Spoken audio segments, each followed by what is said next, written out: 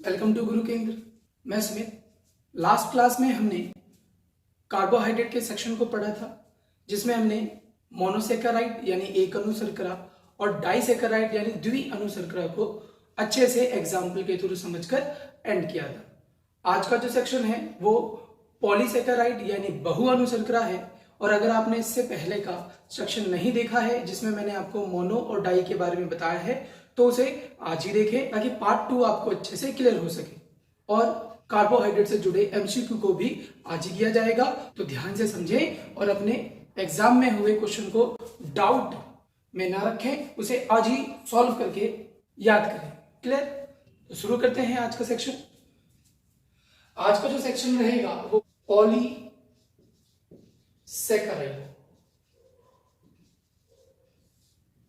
जिसे हिंदी में बहु अणु शर्करा कहते हैं। पॉलीसेकेराइड यानी कि बहु अणु शर्करा जो है, ये आपके जल अपघटन जिसे हमने सीखा था हाइड्रोलाइसिस, यानी कि जल के साथ रिएक्ट करके, ऐसा कंपाउंड जो जल के साथ रिएक्ट करके टूटता है। ठीक है, तो बहु अणु शर्करा भी हाइड्रोलाइसिस के प्रोसेस से अपने आप को तोड़ेगा और जल से क्रिया करने पर जब ये तोड़ेगा तो पॉलीसेकेराइड बनेगा डाइसेकेराइड और डाइसेकेराइड बनेगा मोनोसेकेराइड। तो इसकी अगर डेफिनेशन समझे तो पॉलीसेकेराइड जल अपघटन यानी हाइड्रोलाइसिस की प्रक्रिया से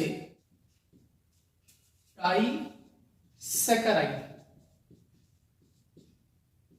यानी कि द्वि अणु शर्करा का निर्माण करता है। तो पॉलीसेकेराइड जब जल अपघटन की क्रिया करेगा तो किसमें बाइसेक्ट होगा? डाइसेकेराइड यानी कि द्वि अणु शर्करा का निर्माण करेगा।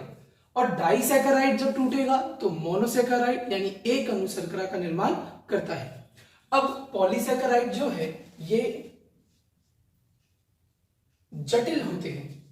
जटिल मतलब कि ये जल के साथ जब मिलते हैं तो इनका जो मिक्सचर होता है वो पूर्ण रूप से मिक्स नहीं हो पाता, यानी कि ये जो है पॉलीसेकेराइड जो है ये जटिल होने का मतलब यहां पर ये होगा कि ये जल के साथ टूटेंगे तो, लेकिन जल के साथ कभी भी ये पूर्ण रूप से मिक्स नहीं हो पाएंगे, ये अघुलनशील होते हैं। जिसका कई बार आपको एग्जाम में क्वेश्चन मिलेगा कि स्टार्च क्या है, तो याद रखिएगा स्टार्च एक जटिल शर्करा है जो कभी भी जल में पूर्ण रूप से घुलता नहीं है, यानी कि अघुलनशील है। क्लियर यहां तक? अब ये जो है हमने बहु अणु शर्करा के रूप में लिख तो दिए हैं, लेकिन इन्हें अशर्करा यानी कि नॉन शुगर भी कहा जाता है। नॉन शुगर में हमने अच्छे से सीखा था कि जो आपका कार्बोहाइड्रेट है उसको अगर टेस्ट के अकॉर्डिंग बांटा जाए, यानी जिसमें मीठा स्वाद होगा जिसमें मीठा स्वाद नहीं होगा, तो वहां पर हमने काफी अच्छे से सीखा था कि जो कार्बोहाइड्रेट है वो दो भागों में बटेगा। पहला भाग जो शुगर की कैटेगरी में आएगा और दूसरा भाग जो नॉन शुगर की कैटेगरी में आता है। और जो शुगर की कैटेगरी में आता है उसमें मोनोसेकेराइड और डाइसेकेराइड हमने लिखा था। और नॉन शुगर की कैटेगरी में स्टार्च का एग्जाम्पल हमने दिया था जो पॉलीसेकेराइड है। इसी तरीके से इसमें दो बातें आपको जरूर ध्यान रखनी है कि जो कार्बोहाइड्रेट है वो जटिल है, जल में घुलनशील नहीं होते पूर्ण रूप से, और इनको अशर्करा भी बोला जाता है क्योंकि ये स्वाद के अनुसार सेकंड नंबर की कैटेगरी में आते हैं, यानी नॉन शुगर की कैटेगरी में आएंगे। क्लियर है? आगे इसको समझा जाए तो याद रखिएगा सभी पॉलीसेकेराइड यानी सभी बहु अणु शर्करा बहुलक होते हैं, पॉलीमर होते हैं, यानी कि ये ग्रुप होते हैं। क्लियर है? जैसे कि मैं अगर बोलूं कि अगर सिंगल पीस लिया हमने तो एक अणु शर्करा, अगर हमने कंपाउंड में ले लिया दो दो की चेन बना दी तो डाई यानी द्वि अणु शर्करा, और जब हम चेन को और बड़ा करते जाएंगे यानी कि यहाँ पर चेन जो है वो बढ़ रही है, तो चेन जब बढ़ती है तो उसको पॉलीमर कहा जाता है, यानी क्या कहा जाता है, बहुलक कहा जाता है। और बहुलक जो है ये रेशे बनाने में, फाइबर्स बनाने के लिए प्रयोग में लाए जाते हैं। तो रेशो को भी हम काफी अच्छे से आज सीखेंगे। तो एक बार इस पे ध्यान दीजिएगा कि पॉलीसेकेराइड बहुअणुशर्करा है, जल अपघटन से डाइसेकेराइड बनाएगा और ये जटिल होते हैं। जटिल होने का मतलब ये है कि ये जल में घुलते नहीं है, अघुलनशील होंगे। सभी बहुअणुशर्करा पॉलीमर का रूप होते हैं जिनसे क्या बनाए जाते हैं, फाइबर बनाए जाते हैं। और इनको अगर स्वाद के हिसाब से बांट दिया जाए तो ये नॉन शुगर की कैटेगरी में आते हैं। क्लियर है यहां तक? आगे करते हैं।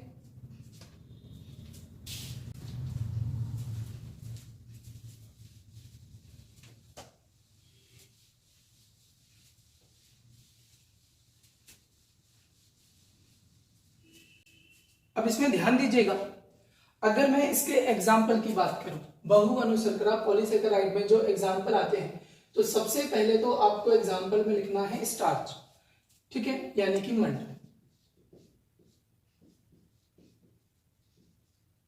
सेकंड एग्जाम्पल में आपको लिखना है ग्लाइकोजन।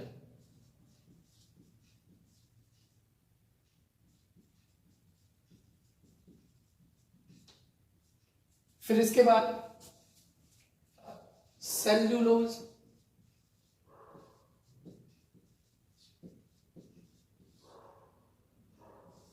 हिपेरिन, काइटिन और इनुलिन। ये तीन अलग से आपको ध्यान रखने हैं। मेनली जो एग्जाम में पूछे जाएंगे वो स्टार्च, ग्लाइकोजन और सेल्यूलोज, लेकिन तीन अलग से भी ध्यान रखने हैं, हिपेरिन, काइटिन और इनुलिन। इनको भी हम सीखेंगे। देखो यहां पर स्टार्च यानी मंड की बात कर रहा है, तो मंड जो है यह एक पॉलीमर है और यह संग्रहित भोजन के रूप में प्रयोग किया जाता है। इसी तरीके से ग्लाइकोजन की जब मैं बात करूं तो यह भी यूज होगा किसमें, तो संग्रहित भोजन। समझिएगा ध्यान से।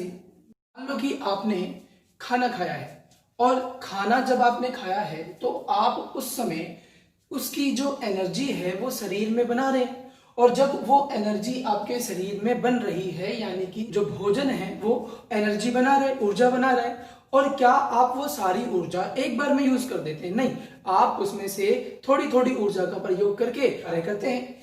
तो जब हमारा शरीर भोजन खाता है यानी हम खाना खाते हैं तो हमारे शरीर में जो एनर्जी बच जाती है उस एनर्जी को स्टोर करके रखा जाता है। जब आप फास्ट पे रहते हो, आप कुछ नहीं खाते, तब भी आपका शरीर काम कर रहा है, यानी कि आपको एनर्जी मिल रही है ना। कहां से मिल रही है? तो मैं उसी की बात कर रहा हूं कि जो हमारा शरीर है वो कुछ एनर्जी रोक कर रखता है, संग्रहित करके रखता है, और कहां रखेगा तो ये आपसे पूछा जाता है एग्जाम्पल में, और वही सीख रहे हैं। देखो स्टार्च भी संग्रहित भोजन में आएगा और ग्लाइकोजन भी संग्रहित भोजन में आएगा। जो स्टार्च है ये जो है अपना संग्रहित भोजन करते हैं, लेकिन ये जो प्रोसेस है ये पौधों में होता है। किसमें होगा? पौधों में। अगर एग्जाम में पूछे पौधे अपना भोजन संग्रहित करते हैं किस रूप में, तो आपको आंसर बताना है स्टार्च के रूप में। फिर से रिपीट कर दूं, पौधे जो हैं अपना भोजन संग्रहित करते हैं किस रूप में, तो स्टार्च के रूप में। इसी तरीके से ये वाला जो संग्रहित भोजन है कौन सा? ग्लाइकोजन। ये जो है ये मानव में होता है, तो मानव अपना संग्रहित भोजन करते हैं किस रूप में, तो ग्लाइकोजन के रूप में। क्लियर हो रहा है? जैसे कि आपसे कई बार पूछ लिया जाएगा कि रिजर्व फूड किसे कहते हैं, तो आपको पजल नहीं होना है। रिजर्व फूड में आपको ग्लाइकोजन टिक करना है अगर वो ह्यूमन यानी मानव की बात कर रहा है, और पौधों की बात करें तो उसमें स्टार्च यानी कि मन टिक करना है। क्लियर? दूसरी बात यहां पर सीखने वाली है कि अगर ये रिजर्व हो रहा है, भोजन जो है हमारा, एनर्जी जो है वो रिजर्व हो रहा है पौधों में, तो कौन से भाग में हो रहा है? इसी तरीके से मानव में जो एनर्जी स्टोर हो रही है वो कौन से भाग में हो रही है, तो ये पूछ लिया जाता है। तो याद रखिएगा कि जो ग्लाइकोजन है मानव में, इसका स्टोरेज जो है वह लीवर में, होता है। यानी कि मानव शरीर में जो लीवर है वो ग्लाइकोजन का स्टोरेज करता है, यानी उसमें ग्लाइकोजन की मात्रा सबसे अधिक पाई जाती है। अब लीवर जो है वो 3 प्रोसेस करेगा, ध्यान से समझिएगा। आपने ग्लाइकोजन को रिजर्व फूड में रखा है, तो ग्लाइकोजन बना कैसे, तो यहां पर मैं स्टेप लिख रहा हूं, समझिएगा। अगर मैं ग्लूकोज लेता हूं, यानी कि हमने फूड में ग्लूकोज लिया है, तो ग्लूकोज जब बहुत सारे एक जगह इकट्ठे हो जाएंगे, यानी ग्रुप हो जाएगा उनका, तो उसको कहते हैं ग्लाइकोजन। यानी ग्रुप ऑफ ग्लूकोज जो है वो क्या बनेगा, ग्लाइकोजन। क्लियर है? यानी कि ग्लूकोज से ग्लाइकोजन बन रहा है। तो ये एक प्रोसेस हो गया किसका, रिजर्व फूड का। इस समय हम इसको रिजर्व करते हैं। मान लो हम फास्ट पे चले गए, और फास्ट पे जब चले गए तो ग्लाइकोजन जो है वह अब हमें टूटकर एनर्जी देगा, तो क्या बनेगा, ग्लूकोज।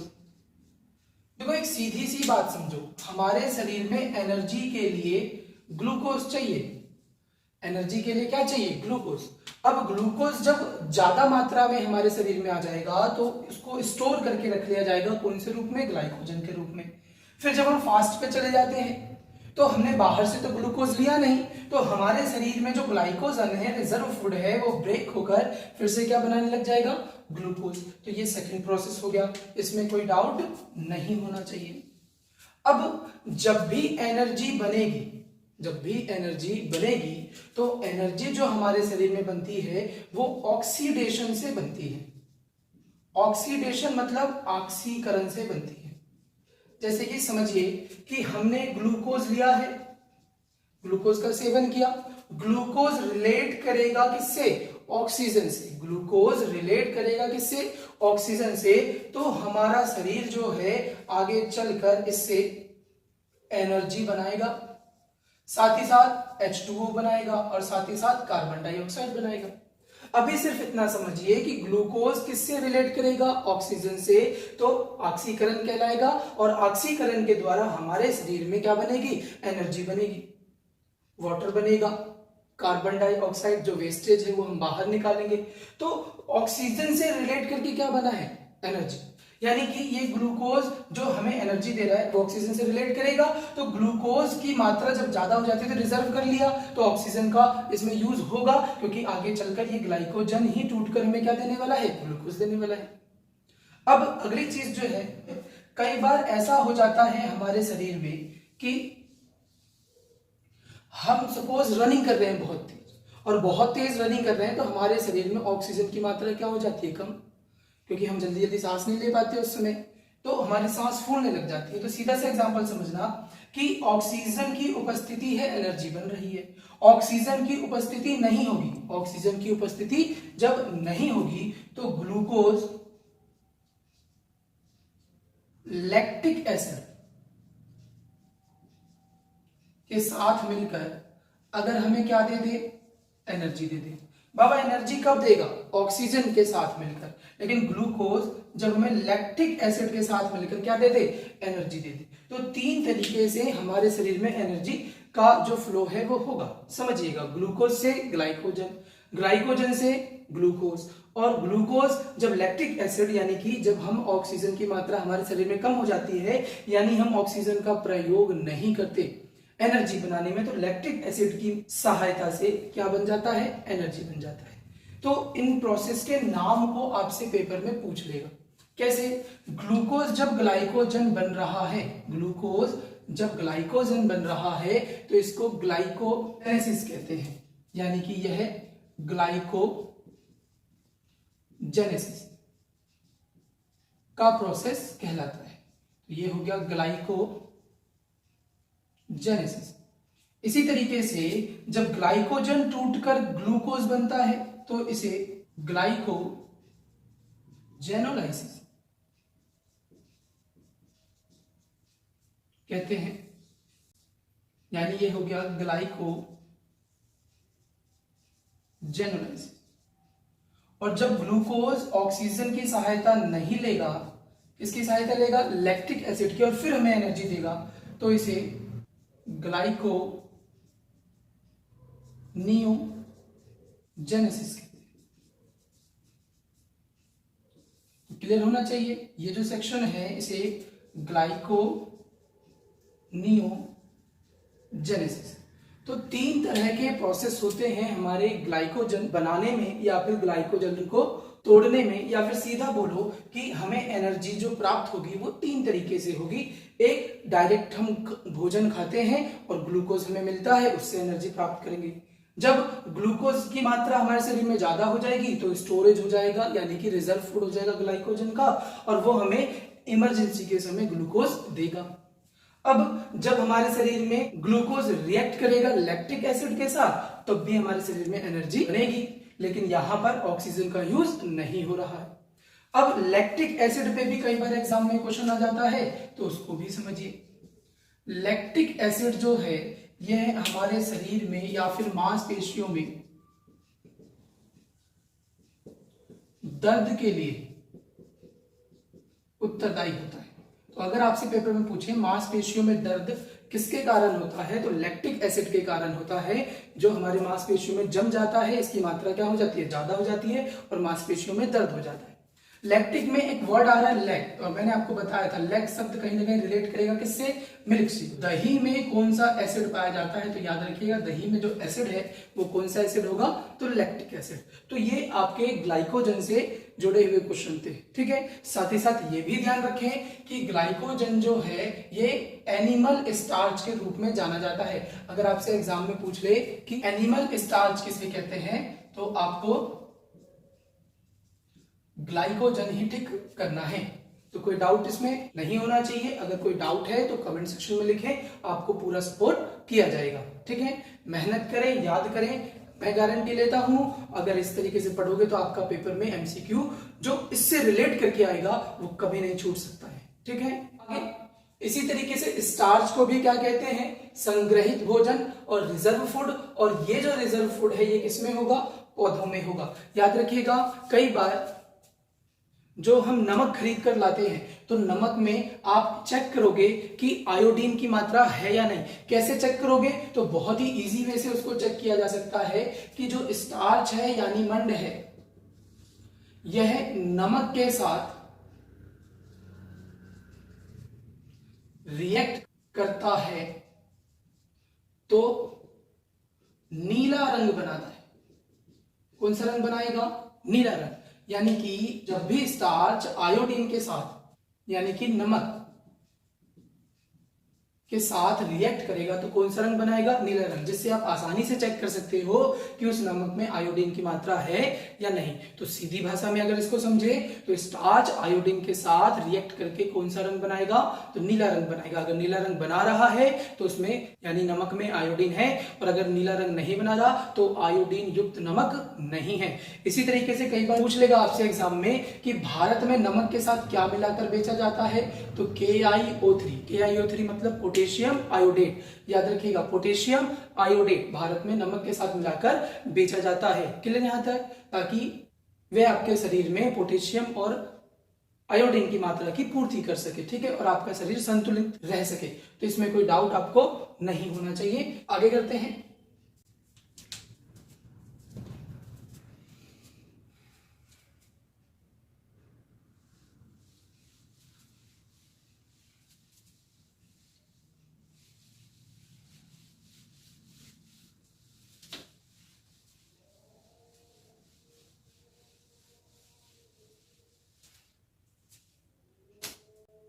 आगे सेलुलोज पे ध्यान दीजिएगा। सेलुलोज जो है यह पॉलीमर है जिसका मोस्टली हम रेसे बनाने में प्रयोग करते हैं। आपसे अगर कार्बन की मात्रा पूछे तो याद रखिएगा इसमें कार्बन की जो मात्रा होगी वो सबसे अधिक।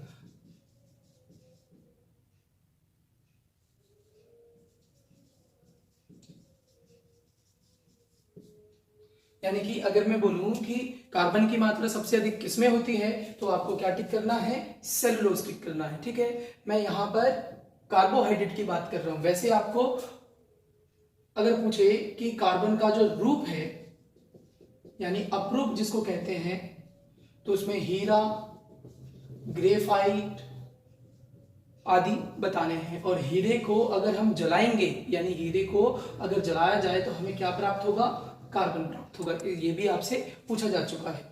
तो फिर से रिपीट कर दूं मैं, सेलुलोज रेशे बनाने, फाइबर बनाने के लिए प्रयोग में लाए जाते हैं। और जो सेलुलोज है वो कार्बन की मात्रा सबसे अधिक रखते हैं, यानी इनमें कार्बन की मात्रा सबसे अधिक होती है।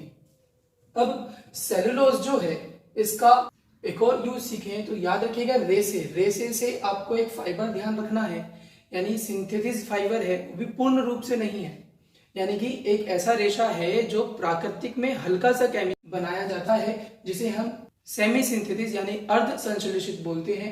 और वो क्या है, रेयन। यानी कि आपसे पूछे कि रेयन का निर्माण किससे होता है, तो रेयन रेशे का निर्माण जो है वो सेलुलोज के द्वारा होता है, जिसको हम आगे अभी सीखेंगे। अब इसमें क्वेश्चन अगर आ जाए सेल वॉल को लेकर, ध्यान दीजिएगा, सेल वॉल यानी कि कोशिका भित्ति। तो पहली चीज तो ध्यान रखिएगा, कोशिका भित्ति मानव में नहीं पाई जाती, यानी ह्यूमन में जो सेल वॉल होगा वो नहीं होता। अब ये सेल वॉल मेनली जो होगा वो किस में होगा, तो सेल वॉल जो है जिसका पेपर में आपसे ज्यादा क्वेश्चन पूछा जाता है, कुछ एग्जांपल बता देता हूं मैं, जैसे कि पौधे, शैवाल, ठीक है, इसमें जो सेल वॉल है वो पाया जाएगा। इसी तरीके से आपसे कई बार कवक को लेके पूछेगा कि कवक में सेल वॉल जो है वो किसका बना होता है, या फिर बैक्टीरिया को लेकर पूछे यानी जीवाणु को लेकर पूछे तो उसमें भी आपको आंसर बताना है। क्या बताना है समझिएगा, जो शैवाल है या फिर पौधा है उसमें जो कोशिका भित्ति बनी होती है वो बनी होती है सेलुलोज की।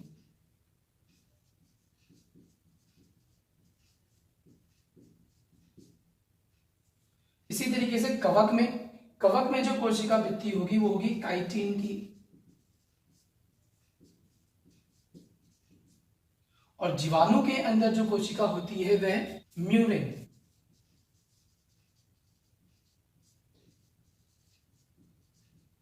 ठीक है, तो कोई डाउट नहीं होना चाहिए। रिपीट कर दूं मैं कि पौधों में पूछे या शैवाल में पूछे तो सेलुलोज से, कवक में पूछे तो काइटिन, और जीवाणु में पूछे तो म्यूरेन से सेल वॉल यानी कोशिका भित्ति बनी होती है। तो काइटिन का सेक्शन हमने कर लिया है, सेलुलोज में आपको कोई डाउट नहीं होना चाहिए। क्लियर है। अब सेलुलोज को कई बार हम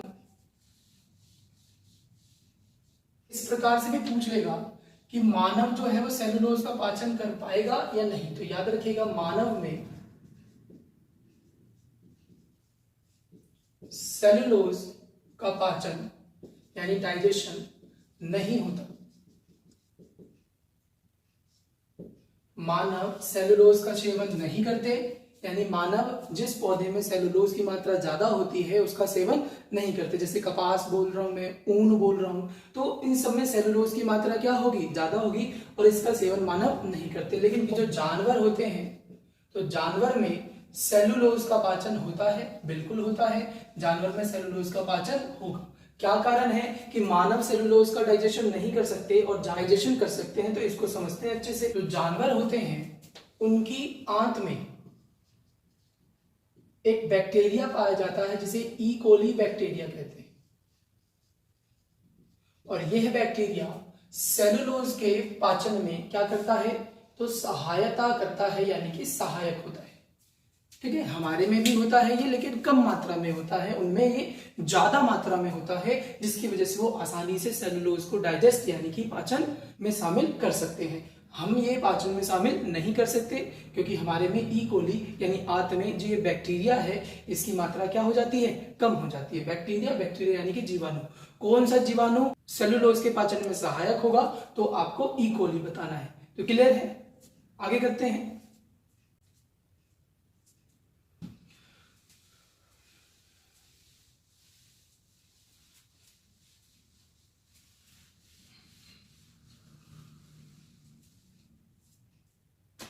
इनुलिन का क्वेश्चन अगर आपसे पूछा जाए तो याद रखिएगा, शुगर बीट यानी कि चुकंदर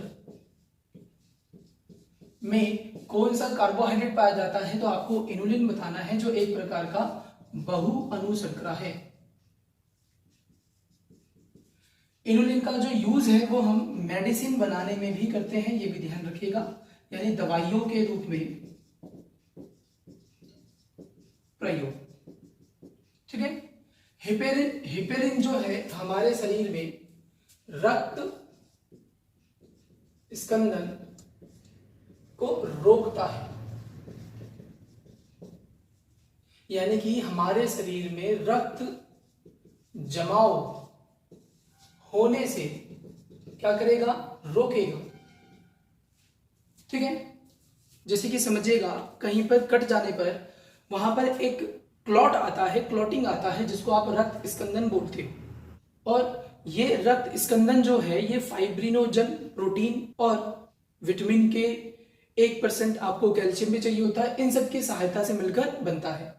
अब कहीं पर चोट लगी है तो खून ज्यादा ना बह जाए, उसके लिए हमारे शरीर में थ्रोम्बोसाइट यानी प्लेटलेट्स वर्क करते हैं। लेकिन अब यहां पर यह चीज है कि वो थ्रोम्बोसाइट हमारे शरीर के अंदर मौजूद है, अगर वो कटने के बाद खून रोकने के लिए जमाव कर सकते हैं तो फिर शरीर के अंदर भी तो जमाव कर सकते हैं। तो शरीर के अंदर खून का फ्लो यानी कि रक्त जो है वो जम ना जाए, उसके लिए शरीर में क्या पाया जाता है, हिपेरिन पाया जाता है। और हिपेरिन रक्त स्कंदन को रोकता है, रोकता है तो इसे प्रतिस्कंदक यानी कि एंटी कोएगुलेंट कहा जाता है। तो हमारे शरीर में प्रतिस्कंदक, स्कंदक जो जमाव करे, प्रति लगाने के बाद जो जमाव होने से बचाए, वो कौन है, तो हिपेरिन है। क्लियर यहां तक। हिपेरिन का निर्माण मोस्टली जो है वह लीवर में होता है। ठीक है। अगर आपसे पूछे हिपेरिन कहां बनता है तो आपको क्या टिक करना है, लीवर में बनता है। और हिपेरिन जो है इसको दो भागों में बांटा जाए तो एक होगा नेचुरल, एक होगा जो हमने बनाया हुआ है यानी आर्टिफिशियल। जो नेचुरल है, प्राकृतिक है, वो तो पूर्ण रूप से हिपेरिन हो गया, और जो आर्टिफिशियल है वो सोडियम सिट्रेट। क्लियर है। तो याद रखिएगा ये तो हमारे शरीर में है, और ये जो है ये आर्टिफिशियल है यानी कृत्रिम रूप से है, और इसको बनाया गया है, और इसका यूज ब्लड बैंक में किया जाता है। ब्लड बैंक में ब्लड को सोडियम सिट्रेट में रखा जाता है ताकि वो जम ना जाए। ठीक है। जानवरों के स्पर्म को किस में रखा जाता है, तब भी आप बोलोगे सोडियम सिट्रेट में रखा जाता है। क्लियर यहां तक। अब ब्लड बैंक के अंदर अगर आप कोई ब्लड देखोगे तो आपने कई बार ब्लड दिया होगा, तो एक छोटे से पाउच में रखा जाता है। उस पाउच की क्षमता कितनी होती है, तो याद रखिएगा उस पाउच को 1 यूनिट कहते हैं, और 1 यूनिट में 350 ml होता है, यानी 1 यूनिट ब्लड जो है वो कितना कंटेन करता है, तो 350 ml ब्लड कंटेन करता है। और इसे 4 डिग्री सेल्सियस, ब्लड को 4 डिग्री सेल्सियस के टेम्परेचर पर रखा जाता है, और किसके साथ रखा जाता है, तो सोडियम सिट्रेट, जो एक तरह का आर्टिफिशियल प्रतिस्कंदक यानी एंटी कोएगुलेंट है। और मानव के अंदर जो एंटी कोएगुलेंट है यानी प्रतिस्कंदक है, तो वो क्या टिक करना है आपको, हिपेरिन। क्लियर है यहां तक। तो ये हमारे पॉलीसेकेराइड के कुछ एग्जाम्पल थे, आप लोगों को उम्मीद है समझ में आया होगा। एक बार मैं फटाफट एक टेबल के थ्रू सारे एग्जाम्पल आपको समझा देता हूं, फिर फाइबर्स और इससे जुड़े एमसीक्यू को सॉल्व करेंगे।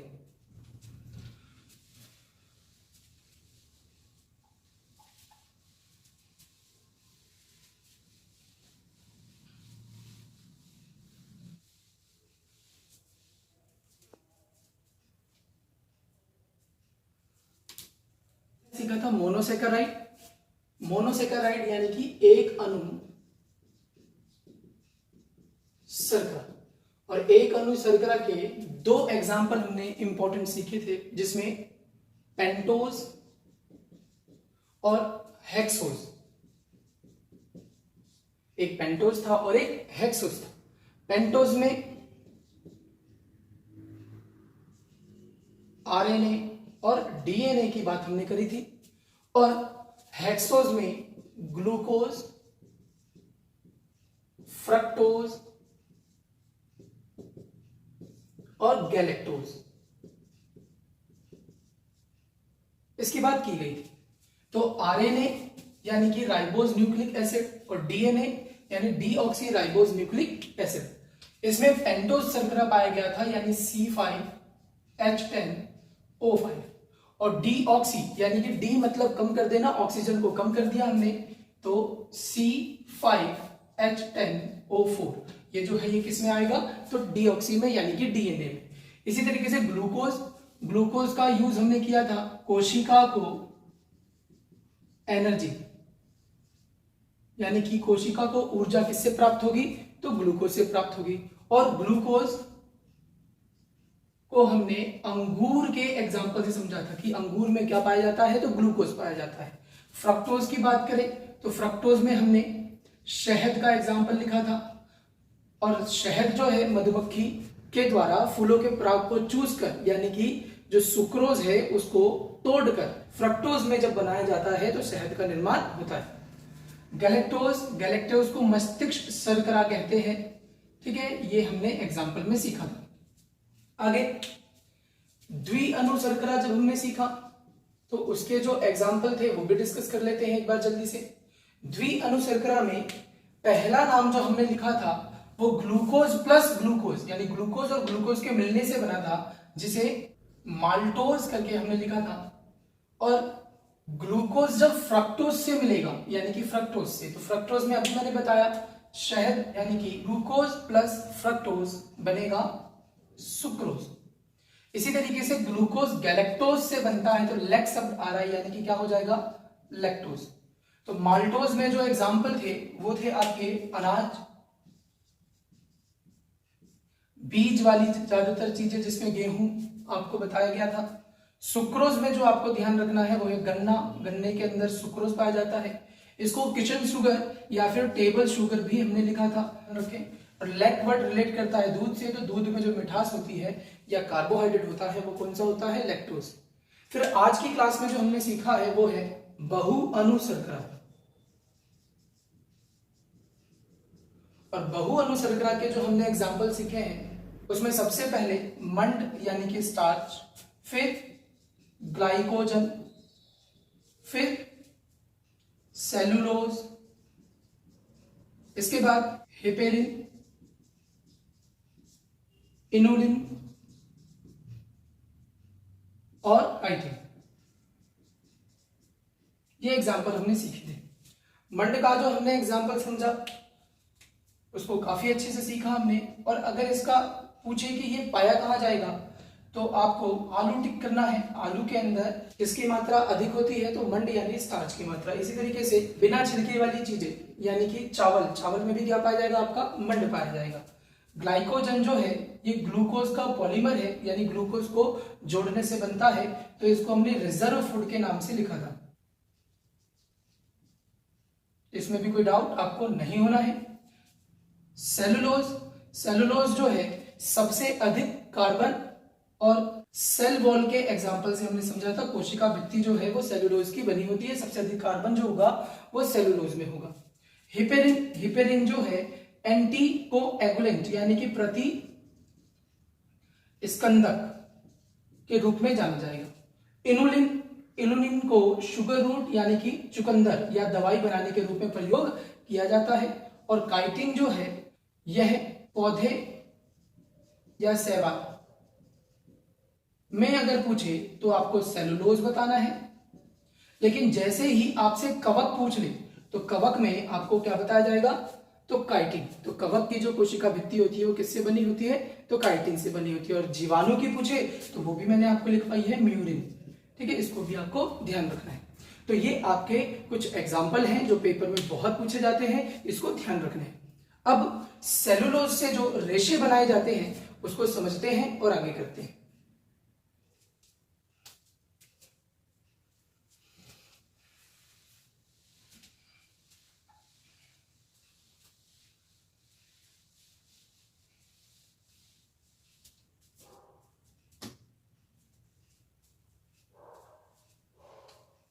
फाइबर यानी कि रेशे 3 प्रकार के होते हैं, जिसमें सबसे पहले जो आएगा वो प्राकृतिक यानी कि नेचुरल। फिर प्राकृतिक में थोड़ा सा अगर मिक्सअप करके यानी थोड़ा सा रिएक्शन करके केमिकल थोड़ा सा यूज करके अगर बनाया जाए तो उसको सेमी सिंथेटिक यानी कि अर्ध संश्लेषित, ये हो जाएगा आपका सेमी सिंथेटिक। नेचुरल और लास्ट में आता है सिंथेटिक, जो पूर्ण रूप से केमिकल से बनाया जाए यानी कि संश्लेषित। अब प्राकृतिक की अगर कैटेगरी बनाई जाए तो दो तरीके से ये समझी जाती है, यानी कि इसके दो भाग बनेंगे। सबसे पहले जो जंतुओं से प्राप्त हो, यानी ऐसे फाइबर जो हमें किससे प्राप्त हो, जंतुओं से प्राप्त हो। और कुछ ऐसे फाइबर होते हैं जो हमें पौधों से प्राप्त होते हैं।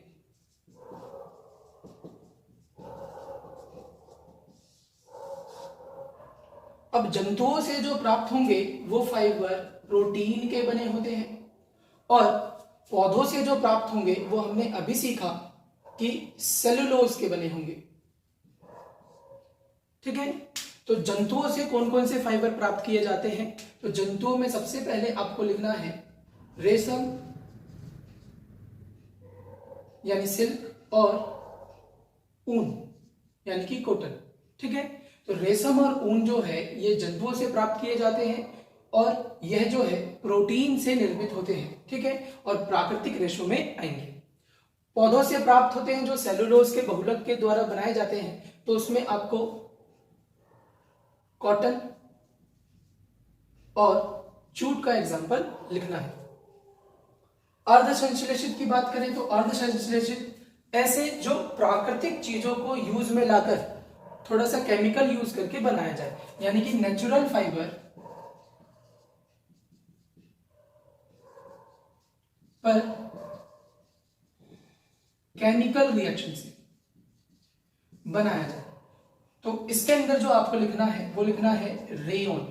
ध्यान रखिएगा, ये कई बार एग्जाम्पल में आ जाता है कि रेयॉन किस में बनाया जाता है। तो रेयॉन है वो पहले अर्ध संश्लेषित है, इसे ध्यान रखें, यानी वो संश्लेषित नहीं है।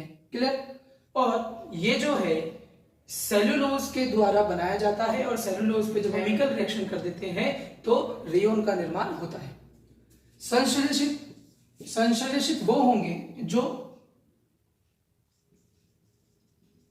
केमिकल रिएक्शन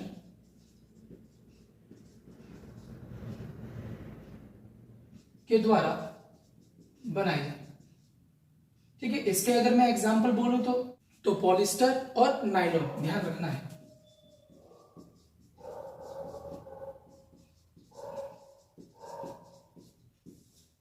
तो ये आपके रेशो के उदाहरण थे, पॉलीमर के उदाहरण थे, तो इसमें कोई डाउट नहीं होना चाहिए। कई बार कृत्रिम और प्राकृतिक लेकर बोल देगा तो ये प्राकृतिक हो जाएगा और ये पूर्ण रूप से कृत्रिम हो जाएगा। कृत्रिम ये भी है लेकिन ये पूर्ण रूप से नहीं है। क्लियर?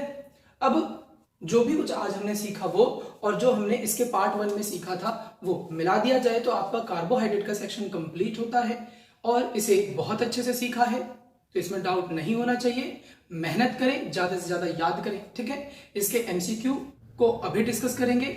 उससे पहले अगर कभी आपसे पेपर में पूछ लिया जाए कि हम जो फूड या फिर हम जो डाइट लेते हैं उसमें सबसे ज्यादा मात्रा में क्या होगा, तो आपके पास 3 एग्जाम्पल दिए जाएंगे या फिर 3 ऑप्शन दिए जाएंगे, कार्बोहाइड्रेट, प्रोटीन, फैट या फिर मिनरल्स। तो याद रखिएगा, जब भी हम कोई भोजन खाते हैं तो उसमें सबसे ज्यादा मात्रा जो होती है वो कार्बोहाइड्रेट की होती है, जो लगभग 55 से 60% होता है। यानी हमारे भोजन में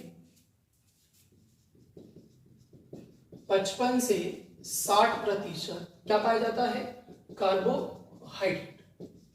साथ ही साथ अगर आपसे पूछ लिया जाए कि सबसे ज्यादा जो कार्बोहाइड्रेट है वो किसमें होगा, तो इसको आप इस तरीके से समझिएगा कि अगर अनाज का नाम लेकर पूछे कि अनाज में सबसे अधिक कार्बोहाइड्रेट किसमें होता है तो आपको चावल बताना है। अगर फल को लेके पूछे कि कोई फल हम खा रहे हैं और फल में सबसे अधिक कार्बोहाइड्रेट किसमें होगा तो आपको केला, ठीक है, ये ध्यान रखना है। और अगर सब्जियों में आपसे पूछ लिया जाए कि सब्जियों में सबसे अधिक कार्बोहाइड्रेट किसमें होगा तो वहां पर आपको आलू एग्जाम्पल में समझना है। तो रिपीट कर दूं मैं कि हमारे भोजन में सबसे अधिक मात्रा में कार्बोहाइड्रेट पाया जाता है 55 से 60% के लगभग। और अनाज का नाम लेकर पूछे कि किस अनाज को मैं खाऊं कि उसमें सबसे ज्यादा कार्बोहाइड्रेट हो तो चावल।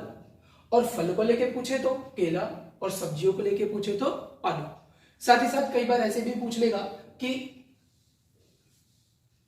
प्रकृति में सबसे मीठा, हमने मीठे की कैटेगरी बनाई थी कि कौन ज्यादा मीठा है कौन कम मीठा है, तो प्रकृति में सबसे मीठा जो कार्बोहाइड्रेट होगा वो कौन सा होगा। तो याद रखिएगा, प्रकृति में अगर नेचर में पूछा जाए तो नेचर में जो है वह सैक्रिन, और अगर सैक्रिन एग्जाम्पल में ना मिले, सैक्रिन एग्जाम्पल में ना मिले तो आपको क्या टिक करना है, फ्रक्टोज।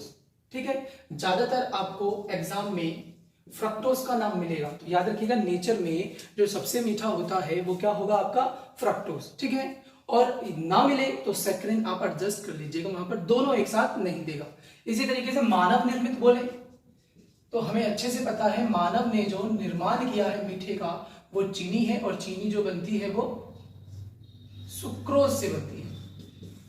ठीक है, अब चीनी की मात्रा जितनी आप बढ़ाते जाओगे मिठास उतनी होती जाएगी। तो मानव निर्मित सबसे मीठा कार्बोहाइड्रेट जो है वो सुक्रोज हो जाता है, यानी कि चीनी हो जाएगा। आप वहां पर चीनी बोलोगे, ठीक है, यानी सुक्रोज में आ जाएगा। और नेचर में पूछा जाए तो आपको फ्रक्टोज यानी कि सैक्रिन यानी कि शहद बताना है। तो इसके क्वेश्चन को शुरू करते हैं। तो शुरू करते हैं कार्बोहाइड्रेट के एमसीक्यू। पहला क्वेश्चन है हमारे पास, कार्बोहाइड्रेट किस 4 प्रमुख समूहों में से एक है। ऑप्शन है प्रोटीन, रासायनिक यौगिक, डीएनए और कार्बनिक अणु। तो इसका सही आंसर डी है, यानी कार्बनिक अणु। कार्बोहाइड्रेट जो है वो ऑर्गेनिक का पार्ट है।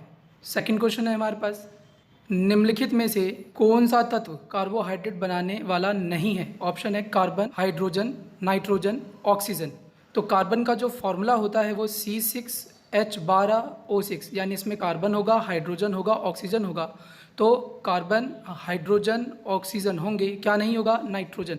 नेक्स्ट क्वेश्चन करते हैं, निम्नलिखित में से कौन सा कार्बोहाइड्रेट का सबसे सरल रूप है। ऑप्शन है एक अणु शर्करा, द्विअणु शर्करा, ओलिगोसैकेराइड, बहुअणु शर्करा। तो बहुअणु शर्करा जो है ब्रेक होकर द्वि में, और द्विअणु शर्करा ब्रेक होकर एक अणु में, यानी एक अणु जो है वो सिंपलेस्ट फॉर्म है, यानी कि इसका सरलतम रूप है। सारे क्वेश्चन आपके एग्जाम में आए हुए हैं और इनको हमने काफ़ी अच्छे से सीखा हुआ है, तो मेहनत करें, याद करें, ठीक है। इसके नोट्स बनाएं, और वीडियो पसंद आ रही है तो इसको ज़रूर अंत तक देखें और ज़्यादा से ज़्यादा शेयर करें। नेक्स्ट क्वेश्चन करते हैं, दूध और अन्य डेयरी उत्पादों में क्या विशिष्ट प्रकार की मिठास होती है। यानी दूध और डेयरी उत्पादों में, तो दूध का रिलेट करके मैंने एक शब्द बताया था, क्या, लैक। तो ऑप्शन में ढूंढिए लैक, लैक यानी लैक्टोज, यानी दूध में जो मिठास होती है वो लैक्टोज के कारण होती है। नेक्स्ट क्वेश्चन करते हैं, निम्नलिखित में से किस को जटिल कार्बोहाइड्रेट कहा जाता है। जटिल यानी कि कॉम्प्लेक्स, और कॉम्प्लेक्स की बात कर रहा है तो कॉम्प्लेक्स में बहुअणु शर्करा आते हैं, यानी कि डी। आगे, निम्नलिखित में से कौन सा बहुअणु शर्करा कवक यानी कि फंगी और आर्थ्रोपोडस में है। तो कवक का जो सेल वॉल बनता है वो मैंने आपको बहुत अच्छे से बताया हुआ है, किससे बनता है, तो काइटिन से। और अगर जीवाणु का पूछे तो म्यूरेन से, और पौधों का पूछे तो सेलुलोज के द्वारा। तो इसका सही आंसर जो है वो बी होगा, यानी कवक में जो सेल वॉल बनता है वो काइटिन के द्वारा निर्मित होता है। नेक्स्ट करते हैं, निम्नलिखित में से कौन सा पॉलीसैकेराइड जिगर यानी लीवर और मांसपेशियों में जमा होता है। यानी कि रिजर्व फूड की बात कर रहा है, और रिजर्व फूड में आपको हमेशा अगर मानव में पूछे तो ग्लाइकोजन बताना है, और पौधों में स्टार्च। तो यहाँ पर जिगर यानी लीवर की बात कर रहा है तो आपको ए यानी कि ग्लाइकोजन इसका सही आंसर होगा। नेक्स्ट क्वेश्चन करते हैं, निम्नलिखित में से कौन सा पृथ्वी पर सबसे प्रचुर मात्रा में पाए जाने वाला जैव अणु है। तो इसका सही आंसर सी यानी कार्बोहाइड्रेट पृथ्वी पर सबसे प्रचुर मात्रा में पाए जाने वाला जैव अणु होगा। आगे, निम्नलिखित में से कौन सा जैव अणु जीवन के कर्मचारी के रूप में संदर्भित है, यानी स्टाफ ऑफ लाइफ। याद रखिएगा, स्टाफ ऑफ लाइफ कार्बोहाइड्रेट को कहा जाता है, जो कॉम्प्लेक्स रूप में भी पाया जाता है और सिंपल रूप में पाया जाता है, और हमें एनर्जी प्रोवाइड करता है। अत्यधिक अभ्यास के दौरान ग्लाइकोलाइसिस द्वारा उत्पादित पाइरूवेट को परावर्तित किया जाता है। तो पाइरूवेट जो है वो अंतिम उत्पाद में लैक्टिक एसिड बनाता है, यानी कि इसका सही आंसर जो होगा वो लैक्टेट होगा, यानी बी ऑप्शन। इसको ध्यान रखिएगा, इसी के कारण मांसपेशियों में दर्द उत्पन्न होता है। नेक्स्ट क्वेश्चन करते हैं, मानव के पाचन में शामिल नहीं है विकृत प्रोटीन, जटिल बहुअणु शर्करा, स्टार्च, सेलुलोज। सेलुलोज का पाचन मानव नहीं कर सकता, ये ध्यान रखिएगा। सेलुलोज का पाचन जानवरों में होता है ई कोली वायरस द्वारा, यानी इसका सही आंसर डी होगा। लैक्टोज का जल अपघटन, तो लैक शब्द का प्रयोग कर रहा है, तो लैक यानी कि ये मिल्क से रिलेटेड होगा। और जब भी कोई डाइसेकेराइड बनता है, लैक्टोज एक डाइसेकेराइड है यानी द्विअणु शर्करा है, तो उसमें ग्लूकोज के साथ एक और अणु जुड़कर डाइसेकेराइड का निर्माण करते हैं। और यहाँ लैक है, तो लैक से आपको गैलेक मैच कर रहा है, तो ग्लूकोज प्लस में गैलेक्टोज मिलकर लैक्टोज शर्करा का निर्माण करते हैं, यानी इसका सही आंसर बी होगा। नेक्स्ट करते हैं, पशुओं द्वारा बनाया गया पॉलीसेकेराइड भंडारण। पशुओं यानी एनिमल यानी ह्यूमंस में जो भंडारण होता है वो ग्लाइकोजन के रूप में होता है और लीवर में होता है। ठीक है, इसमें कोई डाउट आपको नहीं होना चाहिए। आगे करते हैं, शर्करा जो न्यूक्लिक एसिड का प्रमुख घटक है, तो न्यूक्लिक एसिड यानी कि आरएनए और डीएनए की बात कर रहा है, और आरएनए डीएनए आपके राइबोज शर्करा में आते हैं, यानी कि ए आंसर इसका बिल्कुल सही होगा। ऊर्जा का मुख्य स्रोत जो जीवित प्रणालियों को बनाए रखता है, तो यहाँ पर शर्करा जो ऊर्जा के लिए जाना जाता है, और सूर्य का प्रकाश यह ऊर्जा का मुख्य स्रोत माना जाता है। और याद रखिएगा, अगर सूर्य होगा तो आपको ऊर्जा का मुख्य स्रोत सूर्य का प्रकाश टिक करना है। क्लियर? तो यहाँ पर प्रेफरेंस जो जाएगा वो सी के साथ जाएगा। वैसे ए और सी दोनों सही होंगे, लेकिन मेनली आपको सी टिक करना है। अगर सूर्य का प्रकाश यानी सनलाइट नहीं होगा तो ग्लूकोज आंसर होगा। ठीक है, नेक्स्ट करते हैं, निर्जलीकरण संश्लेषण द्वारा 10 ग्लूकोज अणुओं को एक साथ जोड़कर बनाए गए बहुलक के लिए आणविक सूत्र क्या होगा? तो जो ग्लूकोज का सूत्र होता है वो C6H12O6 होता है। अब इसमें ध्यान से देखोगे तो कार्बन, हाइड्रोजन और ऑक्सीजन के बीच में जो रेशियो है वो 1:2:1 है। देखो, इसको कट करेंगे 6 से एक बार में 6, 6 से 2 बार में और 6 से एक बार में, यानी 1:2:1 होगा। और ये कह रहा है कि ऐसे ऐसे हमने कितने ले लिए, तो 10 ग्लूकोज ले लिए। तो ये 10 से जब मल्टीप्लाई होंगे तो आपके पास जो रिजल्ट आएगा उसमें C60, H120 और O60 यानी कार्बन के 60, हाइड्रोजन के 120 और ऑक्सीजन के 60 हो जाएंगे। लेकिन निर्जलीकरण यानी जल अपघटन भी करना है, और जल अपघटन जो होता है वो H2O यानी कि हाइड्रोजन 2 और ऑक्सीजन 1 यानी 2:1 में होगा। और हमने अगर 1 लिया है तो ऐसे ऐसे इसमें कितने जुड़ रहे हैं? 9। तो 9 बार जल अपघटन किया जाएगा, और 9 बार जब जल अपघटन किया जाएगा तो 9 × में 2 यानी 18 और 9 × 9 यानी कि 9, यानी हाइड्रोजन में से 18 और ऑक्सीजन में से 9 जल अपघटन के द्वारा चले गए। जल अपघटन मतलब जल के फॉर्मूले में से चले गए, तो बचेंगे हाइड्रोजन 102 और ऑक्सीजन 51, कार्बन 60, जो हमारा ऑप्शन नंबर सी बनता है।